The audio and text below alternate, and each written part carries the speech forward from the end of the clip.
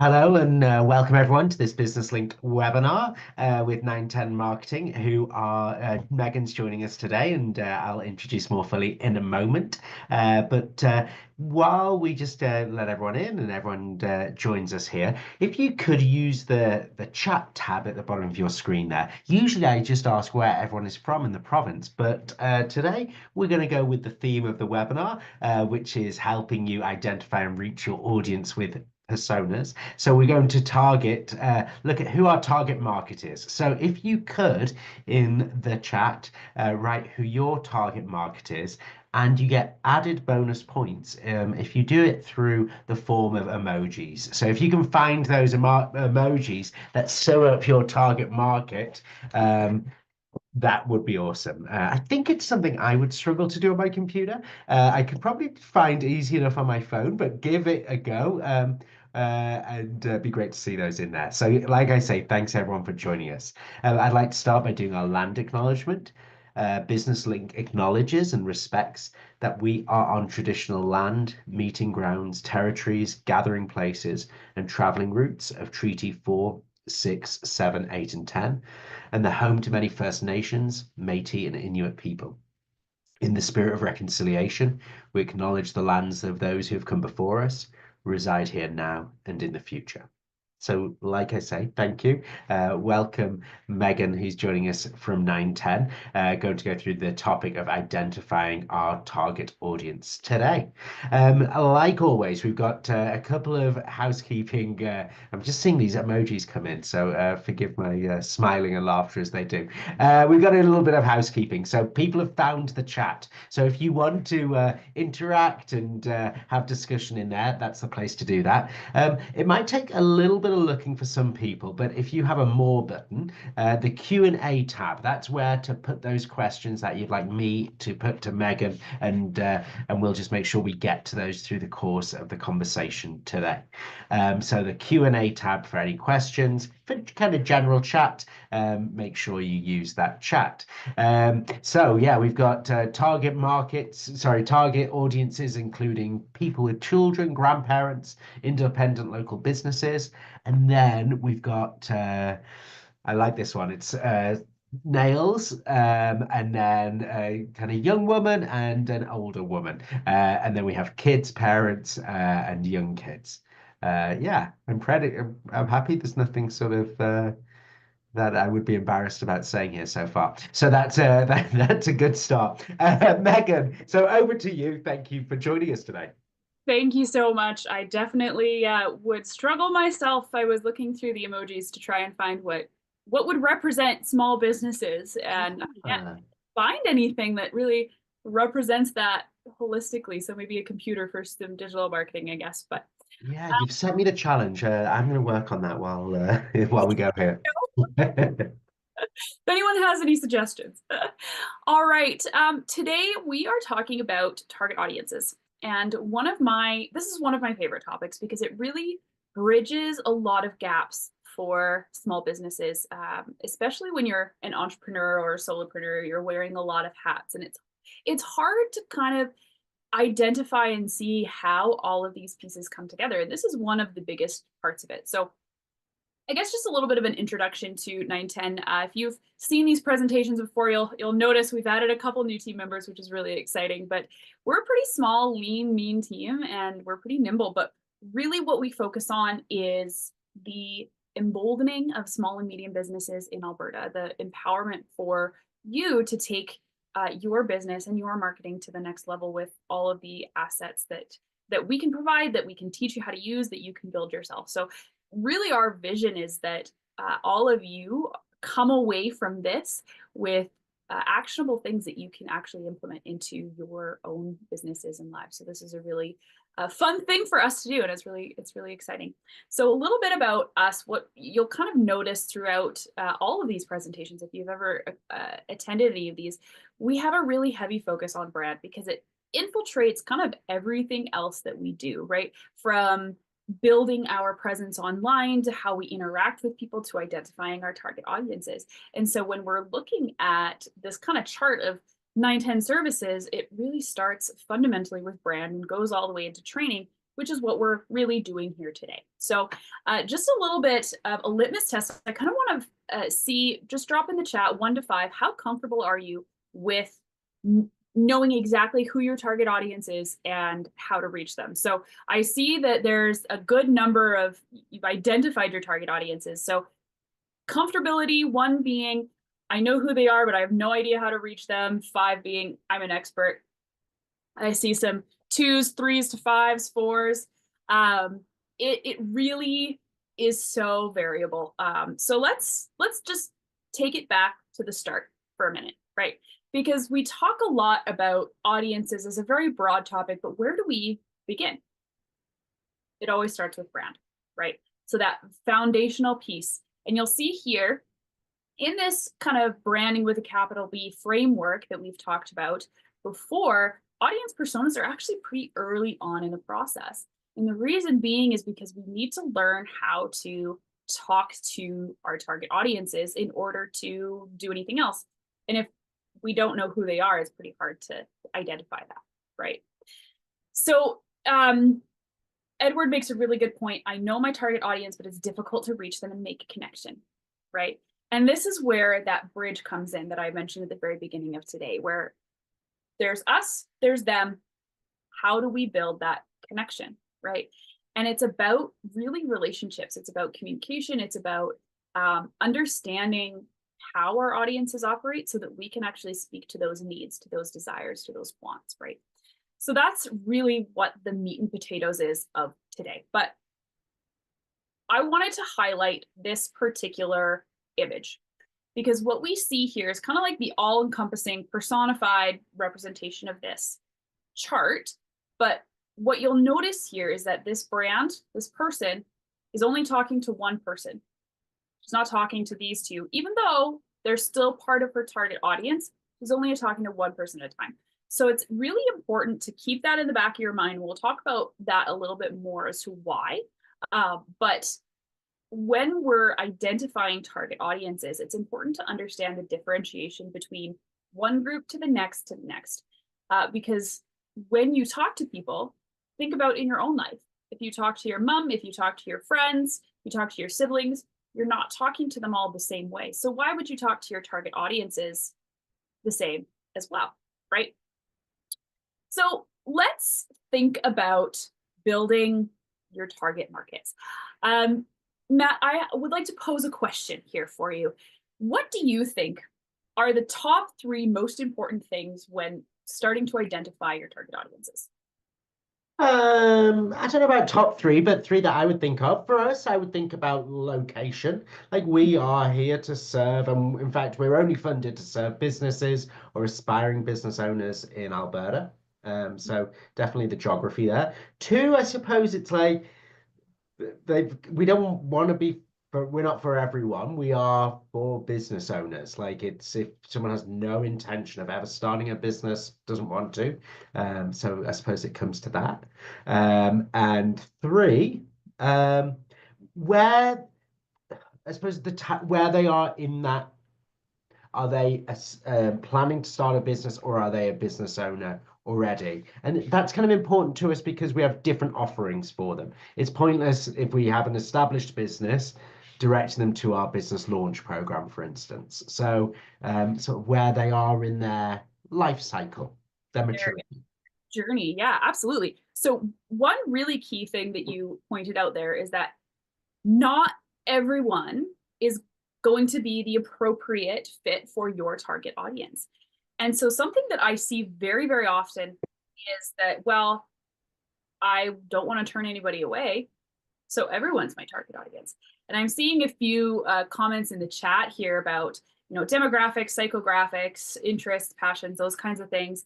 And those all kind of bleed into what we understand as our target audience. So I want to take a minute to just do a little bit of myth busting here, because there's a lot of misconceptions around building a target audience. One that I've heard very often is, well, I really only have one target audience. I only offer, maybe I run a coffee shop, so I only offer, my target audience is coffee drinkers. But it's a lot more nuanced than that, right? Thinking about the actual person that's walking through the door. A lot of people, when they have this frame of mind, it's very much steeped in what I can offer versus what people need, right? And thinking about that target audience as them externally, right?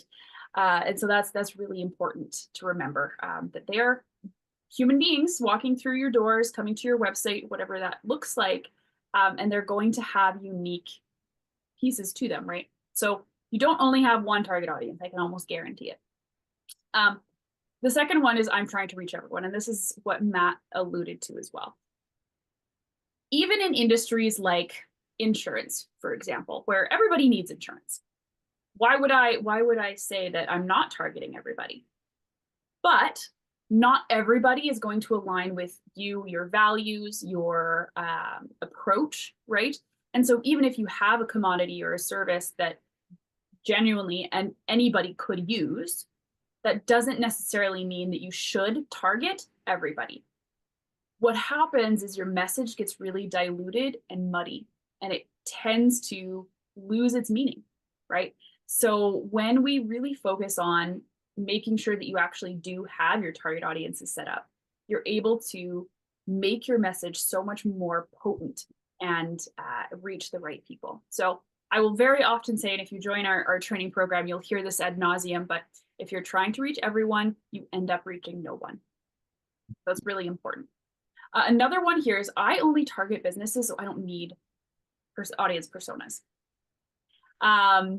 This is a huge misconception.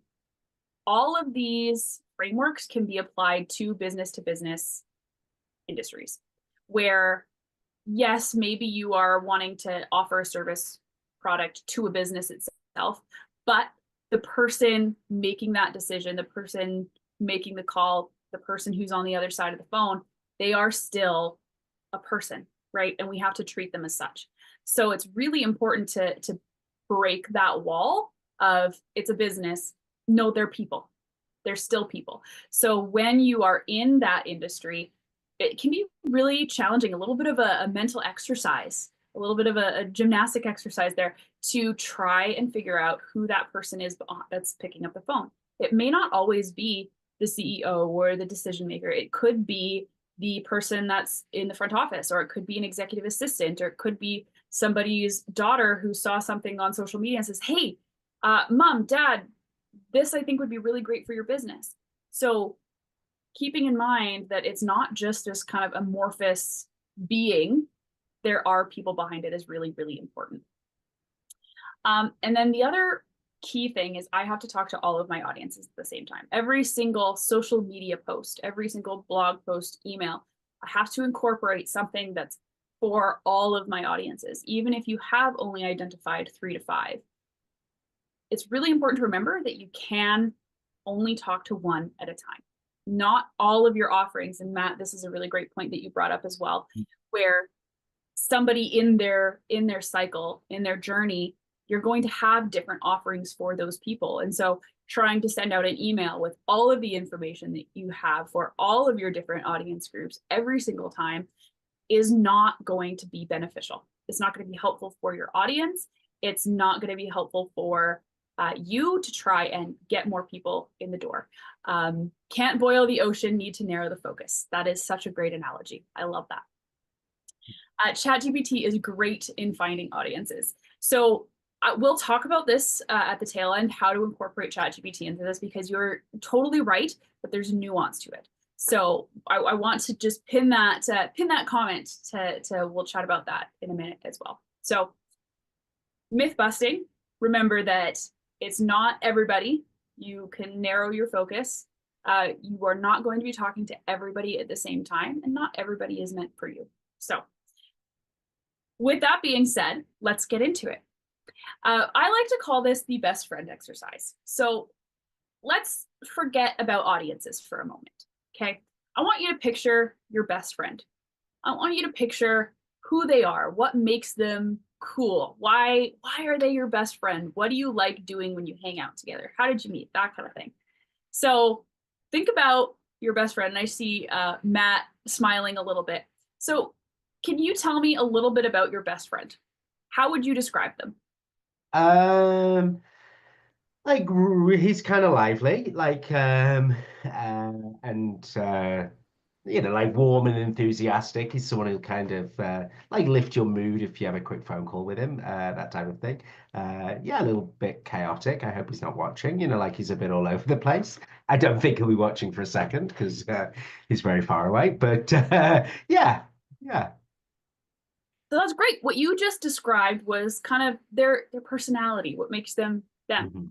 Some other things that we might think about are their physical attributes. Like, are they tall? Or do they have red hair? Do they have brown hair? Location. You mentioned that they're pretty far away, right? Where are they from? How did you meet? Where did you go to school? These are considered demographics. So I heard or saw that in the chat there as one of the identifying things for audiences as demographics. So this is what we're talking about. Those kind of physical attributes, the things that you can see, they're a little bit more tangible, right? Hair color is something that you can put on a spreadsheet and chart. X amount had brown hair, X amount had red hair, that kind of thing, right? So this is where things like your location, your age, your name, those kind of things, that's where this would fit. Now, what Matt really described were these things. What made them unique? What makes him fun to be around? He's chaotic, he's exuberant, he lifts your mood, right? He's talking about their passions, their goals, right? Their values, what really creates that heart, that personality. And these are what are called psychographics. And these are very often even more important when identifying your target audience, when learning how to speak to your target audience, because this is what drives people, right? This is what makes up who we are to our core. Yes, we can also identify that, okay, I can only serve people in this geographical area. So we're going to narrow it down. But then how do I get people into my doors? This is how, right? This is where building relationships happen. In order to build relationships with our audiences, with our customers, they have to feel seen and heard and recognized. And that comes from us seeing what their goals are and seeing what their pain points are and that kind of thing, right? So when we look at a description here, we've got our location, income, our age. Those are things that are that kind of the demographic information. Those may or may not be important to you, right? You may or may not want to identify a gender in your audience description. It may not make a difference. It might make a difference. I saw in one of the emojis, we had some males and some ladies, right? The services that you provide are prominently going to be for women because that's the target demographic. That's important to identify. A movie theater might not need to identify gender demographics because it probably doesn't matter all that much, right? So those are the things that you can choose what is important and leave out what isn't, right? But the psychographics, the things like your pain points, your values, your goals, your fears and desires, those are really important to always take into account. Because if we know our audience's pain points, if we know what they're struggling with, we know what to offer them. If we know how they want to get to where they want to go, then we can offer a path to get there. If we know what they are afraid of, we can help say, don't worry about that. We've already taken care of that. You don't have to fear that anymore, right? We know their values. We know that we align, right? This is probably the biggest part of understanding if a target audience is the right fit for you, even if they might be somebody who could use your services and they're in your geographic region, they kind of check all those boxes, but they don't align on the values, they're probably not going to have a good experience. And you're probably not going to have a good experience as the service provider, right? So it's really important to acknowledge that everybody's going to have different values, and it's okay that you showcase those because people will naturally be attracted to things that align with them on that base level. It's so interesting. I think about that, like just thinking about that from a business link point of view. Yeah, location I mentioned was important, but really it's in that kind of looking at that goals and aspirations thing, like that's where we're kind of sitting with our target audience. The vast majority of them, the people who are on this call here, they either want to start a business or they want to improve the business they have or make it more fulfilling. And they have those set pain points. Yeah, their kind of age, their income, their gender it's not irrelevant to us. Like we will understand that in the way that we have a, you know, a diverse team of people want to see themselves reflected in the people who they're working with and that type of thing. But the kind of the thing that ties people together is are their goals and aspirations. And yeah, it's really interesting. Yeah, we're getting great kind of feedback here as well from people who says, yeah, they're just kind of learning so much as they get into this. But it's definitely a great, interesting way of thinking about it. Yeah, a great question here from Judy is how do we know their pain points, right? And the example that Judy brought up was when you sell corporate gift baskets, how do you know kind of what the pain points are? And that's a really great example to use because gift baskets can sometimes feel a little bit innocuous. Like it's a bit of a frivolous thing sometimes for people. But what we're really looking at here is the reason that somebody would purchase a gift basket is to help again, if you're looking at a business themselves, they're wanting their customers, maybe their employees, whoever they're buying these for, to feel valued, right? They're wanting their customers, their audiences to feel important, right? So the pain point is that they don't have necessarily the skills to provide that gift, right? And they want access to a business, you, for example, selling gift baskets, to put that thought in for them, to provide a lot of those nuanced pieces that I'm sure if I tried to put together a gift basket, I would miss 100 things because it wouldn't be something that crossed my mind. Everybody has their own set of expertise. And so especially when we're looking at business to business, there are really keen gaps that we can recognize as businesses. We're not the expert in this. We need to find somebody else. I need to make sure that this, one of my employees is going on mat leave. I want to make sure that they feel valued. How do I do that? Right. I've never gone on mat leave before. How do I know what a parent would want? So that's where people like you come in, right? And so identifying what gap you are filling helps identify that pain point.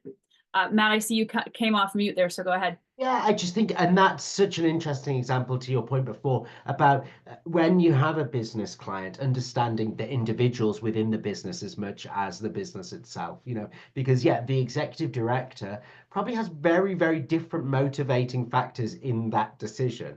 The administrator who perhaps is doing it, their pain points is maybe around like efficiency or getting it done. And the chief executive's pain points might is likely to be very, very different. So really understanding, I suppose, who that decision maker is or who the decision makers are, I think is just so important there. It's a neat example, I think. Thanks, Judy. Yeah, I really like that example because it kind of gives us an avenue to look at a few different things. But one thing that I really wanted to call attention to while we're here is the difference between desires and goals. There is a very clear difference, and very often these get mixed up. Desires are kind of more inherent. They're a little bit more evolutionary, biological, right? Goals are more aspirational. These are things that we want to achieve. So my desire might be I want to enjoy food because I have to eat to survive and I want to enjoy that experience. My goal might be I want to become a better cook, right? So there's the goal, the aspiration is rooted in that desire, right? So there's a book, and I will show it off here. This is called Cashvertising by Drew Eric Whitman. You can get it on Amazon pretty affordably, but it has a really excellent deep dive into psychology around audience targeting and how to speak to your audiences.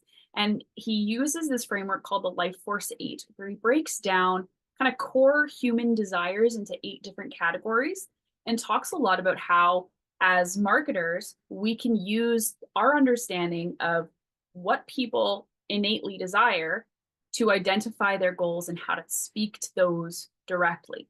So this is definitely kind of just a side note, but definitely a really good book. I talk about it quite a bit in our training program, but understanding the difference between those desires and the goals allows you to offer a path from that desire to the goal. So when you're speaking to people, they don't have to do that work, right? And it doesn't have to be, is your goal XYZ? and you desire XYZ, well, here's how we can help you get there. It doesn't have to be that kind of clunky and explicit, but you can really use that very effectively in just simple messaging. Do you struggle with this? Here's how we can get you to that end point, right? So it can be very, very simple and does not have to be complex, but it's so, so, so effective. So the book is called Cashvertising by Drew Eric Whitman. So I will pop that in the chat here in a minute, but yeah, so that's kind of what we're looking at. So when we look at audience personas, we've gone through this exercise. We've done that just a few times to try and figure out, our top 3, top 5 different audience groups. Okay, so now what? Right now, what do? We know who we are. We know who our audience is. What's the point? Right. So now this is where our expression comes in. This is where we start to bridge that gap, right? And I was talking about learning how to talk to your audiences. Now we get to decide where or figure out where audiences live. Are they on Facebook? Are they on Twitter? Are they on YouTube? Are they out in the world and we want to do some print marketing? Where does our audience live? What kind of language do they use? What would help us connect to them? And this is where it really takes a lot of experimentation. There's not a hard and fast set of rules that allow you to just immediately be successful with communicating to your audience. It does take time and work to be able to identify, okay, well, you know what, this week I'm going to start posting on Facebook and kind of see what my engagement is like. And then from there, if it's really good, I'm going to keep posting on Facebook and maybe dabble a little bit in Instagram. If it's not good, maybe I switch platforms, right? So you have to do a lot of work testing to figure out where your audiences are and what they respond to, just because your audiences are unique to you. And that's not something I can teach you, drop of the hat. I can teach you how to find them, but the rest of the work is going to be on you. So good luck with that.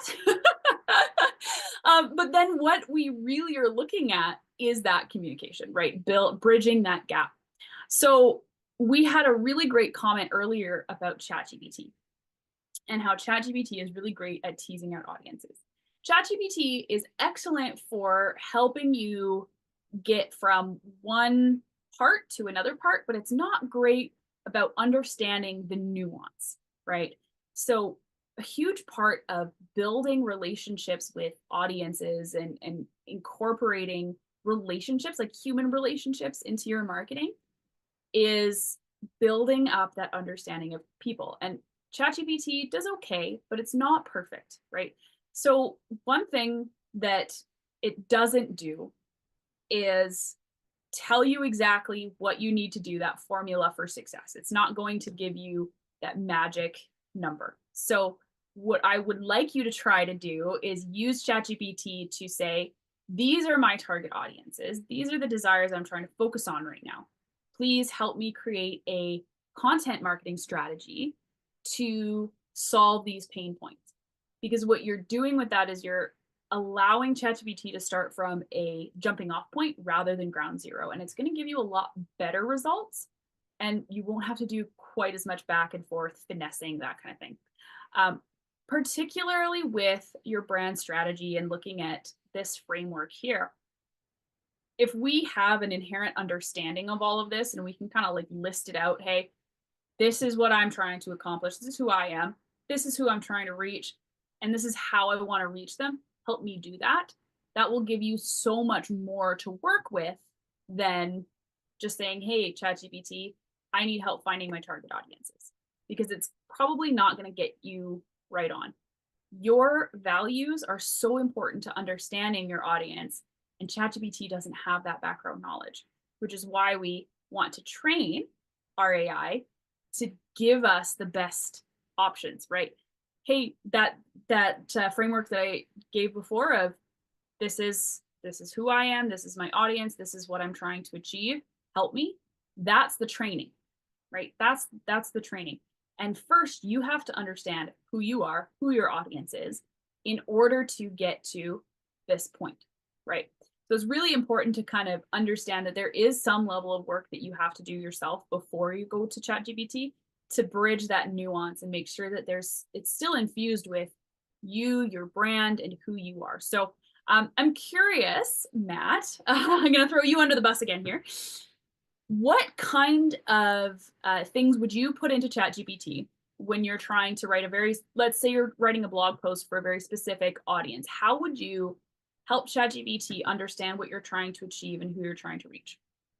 I would likely give it as much detail as I could about like the demographics of our business owners. So I would break it down just because if I put business owners, it's going to speak probably equally to, you know, 500 employee businesses, which is just not a business link thing. It'll be using different language.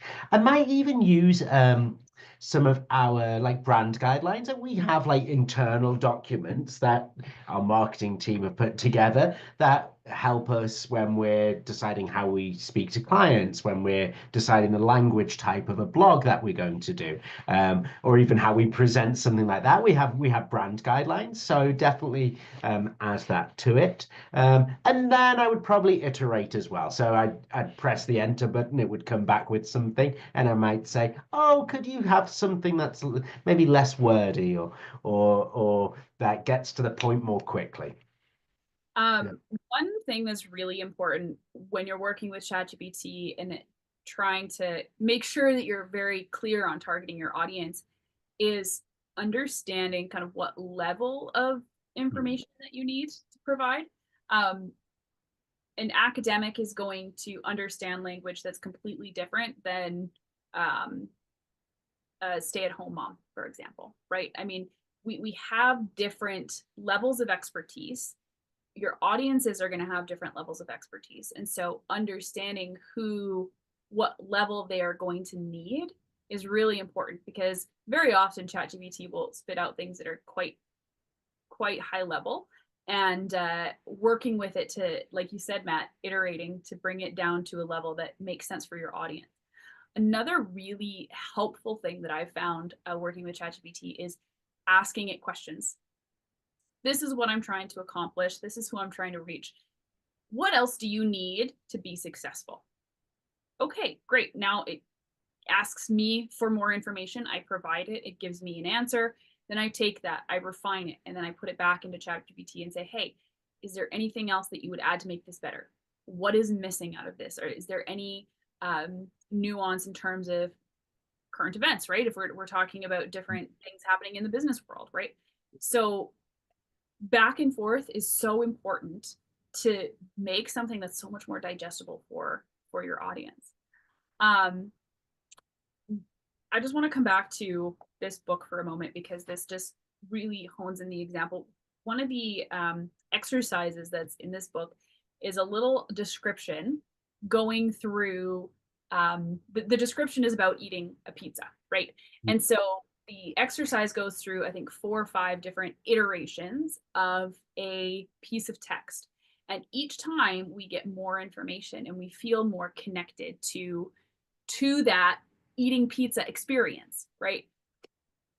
What it's talking about there, what we're highlighting there, is the investment that our audiences have in what we are producing. And that comes from being able to tell a story. That comes from being able to use language that's interesting and engaging and relatable, right? So if you hadn't watched or if you didn't attend last month's webinar with us, I really highly recommend going onto YouTube and watching our brand persona, brand archetypes webinar, because that one really bridges this gap between, okay, we know who we are as a character.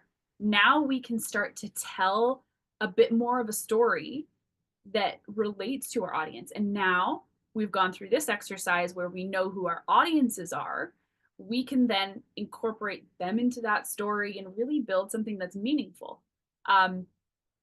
This very often sounds kind of fluffy, and I mean, I have a background in English literature, so it's probably that's where my head's at. But there's a reason why stories like Harry Potter or Star Wars or Forrest Gump are so universal, is because the language and the story that's shared is so inherent to who we are. And as the audience, the authors, the producers had to understand who we were in order to be able to do that, right? So thinking about who your audiences are really it ties in that whole circle of being able to identify those stories and begin and build your communication and your message around your target audiences. And remembering you don't have to talk to every single person every single time, all the time. So, some key takeaways here. Remember, everybody has target audiences. You might not feel like you have a target audience, but you do, I promise. So if you are in that boat, think about the product or service that you provide and who purchases it. Who's the actual person behind the phone, behind the email, whoever that is. That's going to be one of your target audiences. Okay, so that is hugely important. Always start with your brand. Always start with who you are first. You can't know your audiences if you don't know who you are, right? Because that impacts everything down the road. Think about your audience groups as people, as human beings. That helps you kind of visualize who they are instead of just this kind of glob of demographics and psychographics, like we did in that best friend exercise. Who are they as a person? So that's the best thing that you can do right now if you don't understand who your audiences are, is think about them as people. And then knowing. Oh, sorry. Yeah, I suppose just a comment or a question here that kind of ties into that third point there, and maybe we could explore a little bit. And it's from Gerald. And he has a business. Looks like they sell smart building sensors for facility management, energy management. And he just really wants to understand how he can identify those key decision makers within the companies. I mean, I got a thought there, but Megan. So, well, that's so a really great question, because really what that does is it forces you to dig a little bit deeper into, okay, well, what's the purpose, right? Is it security? Is it access? Is it, what is the purpose of these products that you're providing? Because that will influence who that decision maker is. And very typically, if it's like a security thing, that is going to go right up to that primary president, CEO, maybe there's a director of security or whatever. But if it's more for convenience, ease of access, it might be more on the human relations side of things, more on the business management side of things. So that the purpose kind of identifies who that target would be. Matt, go ahead. Yeah, no, I agree. And I think it all comes back, doesn't it, to knowing your audience really, really well. Because it's likely that, within that sector you're talking about, there'll be businesses that are 5 people businesses, facility management companies that have, like I say, 5 employees, and there'll be ones that are 1,000 employees. It's going to be very, very different who that decision maker is for that purchase. If it's a $10,000 purchase, it's going to be a very, very different decision maker based on the size of company. So I suppose it comes back to doing that market research, but actually doing that client research as well, and understanding who those decision makers are. One great thing I heard recently, actually, from a sales guy was kind of always go above. Often it's a good strategy to go one level above where you'll actually sell to, because people are sometimes responsive when they get an email from their boss saying, "Oh, can you follow up with this? Follow up with this guy's tried to contact me." You often feel obliged to get back to them. That's one. Judy asks kind of a connected question: what will make that customer choose your specific business when there are so many competitors fighting for the same target audience? Judy was the corporate gift basket business too. That is such a great question. And that comes into, if we go back to our brand strategy here, this is your differentiation. You are not, and when we're looking at our audiences and remembering that not every single person who's in the market for a corporate gift basket is going to be your ideal customer, thinking about what makes you unique and what your values are inherently brings in the people that you want. Now, that doesn't eliminate the competition, the competitors, right? The people that are in your industry selling the same things. Rather than focusing on what you do the same, focus on what you do differently. What is it about your gift baskets that are unique? Is it the attention to detail? Is it the quality of the things that you're putting in those baskets? Is it food related versus something else, right? Those differentiators, the things that make you unique, why, kind of what drives you and what your kind of passions are about this are going to be what sets you apart from the competition, right? In really flooded industries and food and beverage, restaurants is a really good example of that because it's such a saturated industry. You have to be focused on that one, two, three unique things that are special and not the things that you do the same as everybody else. Maybe you offer, two places do steak, one place does steak better, but maybe they offer homemade jams and the other place doesn't. Rather than focusing on the steak, they'd focus on the jams because, oh, well, we have better steak, but we also have this really cool thing that sets us apart. And that's a huge part of situating yourself and not losing energy and momentum in the whole competitive landscape. So, yeah, Matt. Yeah, I mean, I even think, if we take 910 as an example, like offering training to small businesses on digital marketing, it's no secret that that information, or there is a lot of that information online. I can go direct to Google, I can look at YouTube, I can, whatever it might be. But there is something that I like Megan, and I want to work with Megan. I want to work with someone who understands my market here in Alberta, and I want, there are those things, isn't it, that make our business unique. That's going to help us stand out against the kind of competition. Yeah. That's a really good point too, because the other thing that we have to continue to work on is innovation, right? Especially in Alberta, which is such a fast moving economy, regardless of what industry you're in, it's really important to be consistently innovating and improving your product or service. The base might stay the same, the fundamentals might stay the same, but we've been offering websites for 10, 15 years now. What we're doing now is incorporating more AI, SEO technology into those websites. So our base is still the same, but we're innovating and bringing more into it. And that's where the differentiation comes from. And that's what sets us apart, right? So yeah. Perfect. Yeah, thanks. And then the last point here was knowing your audience helps you use other tools in your arsenal, not only ChatGPT, but other things like social media, right? Me, for example, I primarily target businesses, right? We're a business to business industry. I'm going to spend a lot more time on LinkedIn than I am on Twitter, for example, because my audience is not on Twitter. My audience is on LinkedIn though.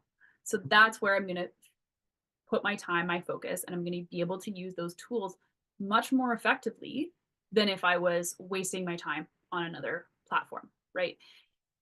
That's not going to be the same story for everybody. You might be a business, but you have a lot of people on Twitter. Great. Use that tool. But you have to understand who your audiences are in order to be able to use those effectively. So it's really important. The other part of that too is if you don't know your audiences, you won't be able to read your analytics very well, right? So if we're looking at our engagement on social media, for example, if you have a really good understanding of who your audiences are and what their needs are, if you make a post that completely bombs, gets really bad engagement, you can kind of understand why, right? Maybe it's the messaging that didn't work. Maybe it's the timing that didn't work. But if you don't understand your audience, you won't understand why that didn't work. So it's really a hugely important part of being able to understand your story, your business story, be able to achieve your goals and be able to understand where your marketing is going when you're looking at the data. And it helps to kind of color that data into a picture that you can understand.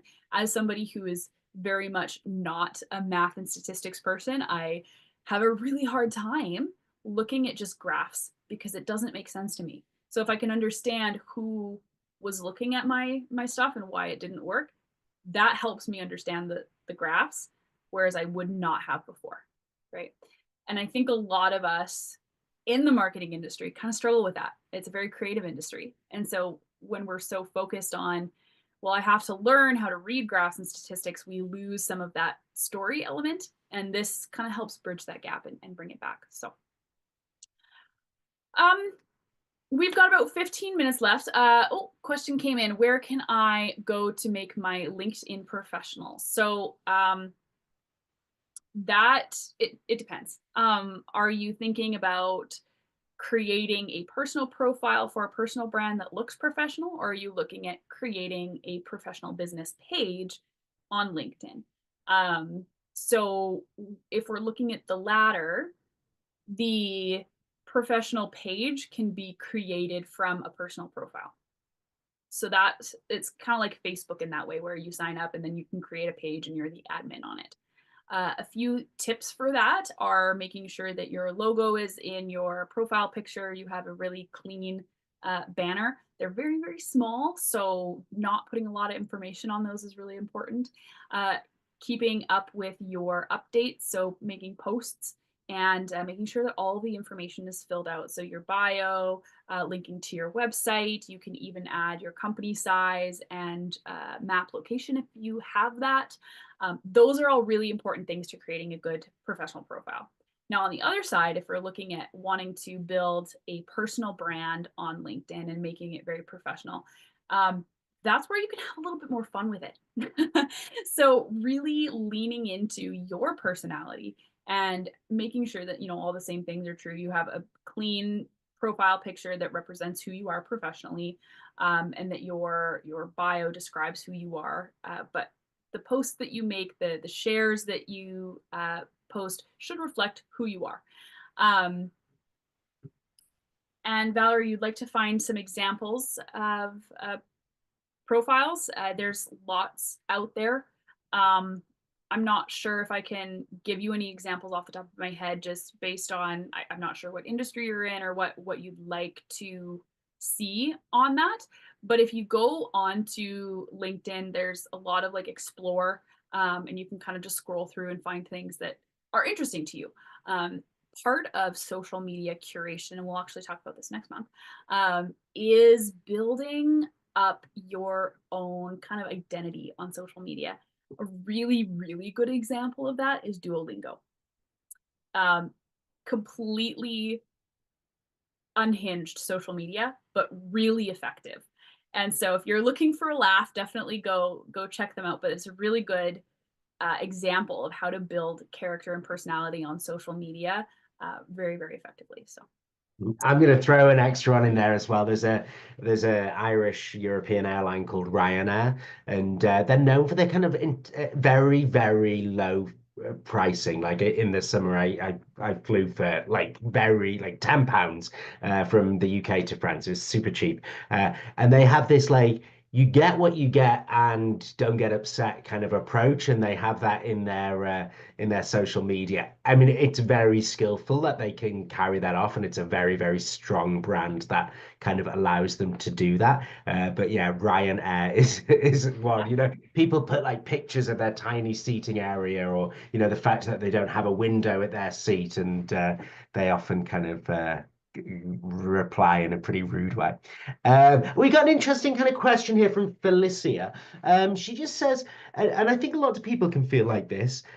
She says she's not going to lie. It's difficult when it comes to understanding that target audience. She goes, we own a custom signs business. They do embroidery, they do laser engraving, they do silk screen, and so much more. When we do have that kind of variety of services, products, we maybe serve business, we serve individuals, we perhaps have serve people at distance, we serve people in our local community. Like, where do we start, or do we just feel overwhelmed? that is such a great question. And very often I have had a few students that have come through a training program with that exact question. And very often what has been effective is breaking it out into two separate sections. So we have one for our business to consumer. So that's the direct, I want to embroider a sweater for my mom for Christmas, kind of a relationship. And then the other side is the business side, right? I want to have 10 sweaters for my employees that have our business logo on them. So there's two sides to that. And then within that, there's a few different audience groups as well. So taking it from, okay, well, how is this going to happen? There's so many audience groups, can be really overwhelming. Breaking it down into kind of sections can help. I actually am working with a business right now where they have a whole bunch of different functions of the organization itself and a lot of different audiences within those functions. So what we've done is we've broken it out into those kind of, okay, well, we've got this particular type of service that we offer, this particular type of service. Within that, I have 3 different audiences. And so it ends up being that they have like 12 different audiences, but each of those relate back to a very specific function. So if you break it out like that, it can be a lot less overwhelming. So it's not quite as busy, right? So when you're thinking about your social media strategy, for example, and you've broken out your audiences into, I have my B2B, B2C, and I've got 3 different audiences. What is 3 things that this one audience group on my B2C side need to know about me? Today, that's what I'm going to focus on. Tomorrow, I can work on the business to business side of things, and I can maybe make a post targeting business owners. So breaking it down like that really helps you not feel quite so overwhelmed in terms of I have to make sure I'm reaching every single audience every single day. You don't. I promise you don't. And so it takes a lot of that stress off of you as well. So I hope that answers the question. And I think that's it. And we don't have to perfect all at once, do we? Like I think there is a thing of, well, what's the group that I enjoy working with most? Or some business will say, what's my most profitable group? I mean, when you're an owner operator small business, I think there is more that we consider beyond profitability.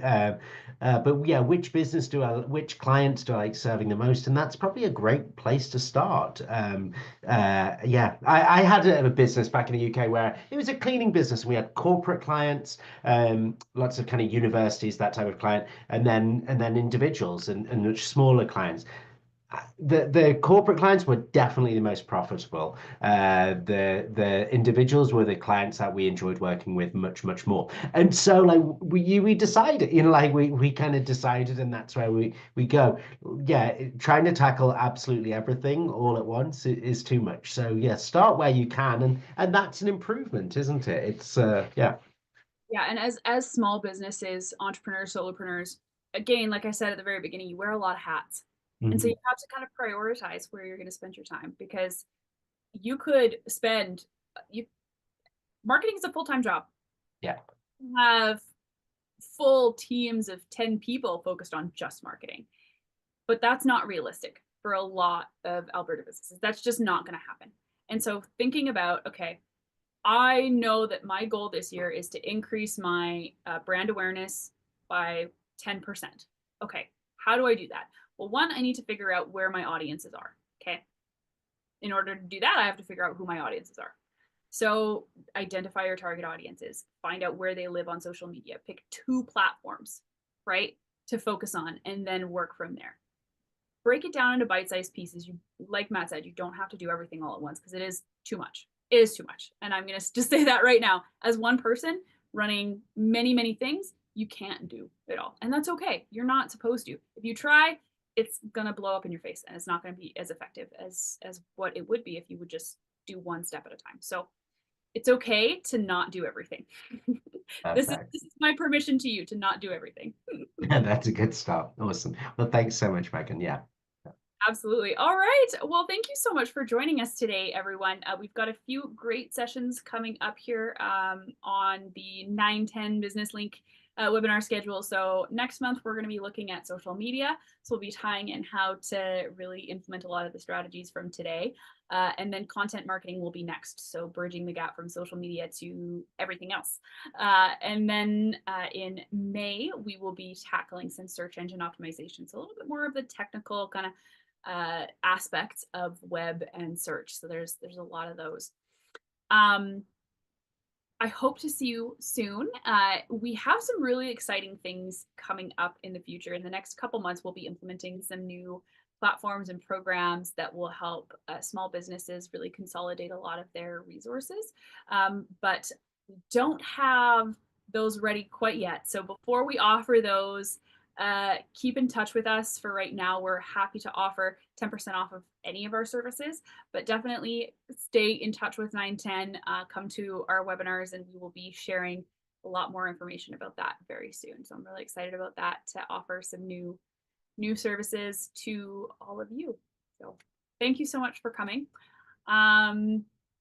Yeah, any other final questions? We've got 5 minutes left. Matt, I will let you kind of round us out. Yeah, well, I will just have a look here. We have, in terms of questions, someone asks, and you may know this, are these available through the Grand Prairie Chamber? The Grand Prairie Chamber does have a lot of really great webinar activities. These particular ones are not, but I know for a fact that there are some coming up on the horizon. If you go to the GP Chamber website and events, there's a whole calendar. We're actually going to be doing some with them in May. So keep that in mind. But yeah, if you are local to the Grand Prairie area, definitely check those out. 910 is local there. So we're always happy and excited to work with the GP Chamber with those as well. So keep that in the back of your mind. Definitely go check out the GP Chamber website if you're interested in more of those events. Perfect. Thank you, Megan. Yeah, and we have just the question here. If we got the YouTube channel is is BusinessLink AB is the YouTube channel, and I know that we'll get a referral there. Many thanks, Gerald says. Matt's comment. Oh, I get a shout out here. Hope it's good. I haven't read the end of the comment yet. Matt's comment on target 1 level high in the company management. Yeah, I like that. I get that a lot because obviously the executive director is above me, so if anything comes to him and he's like vaguely interested, it comes in my direction, and definitely is one to respond to.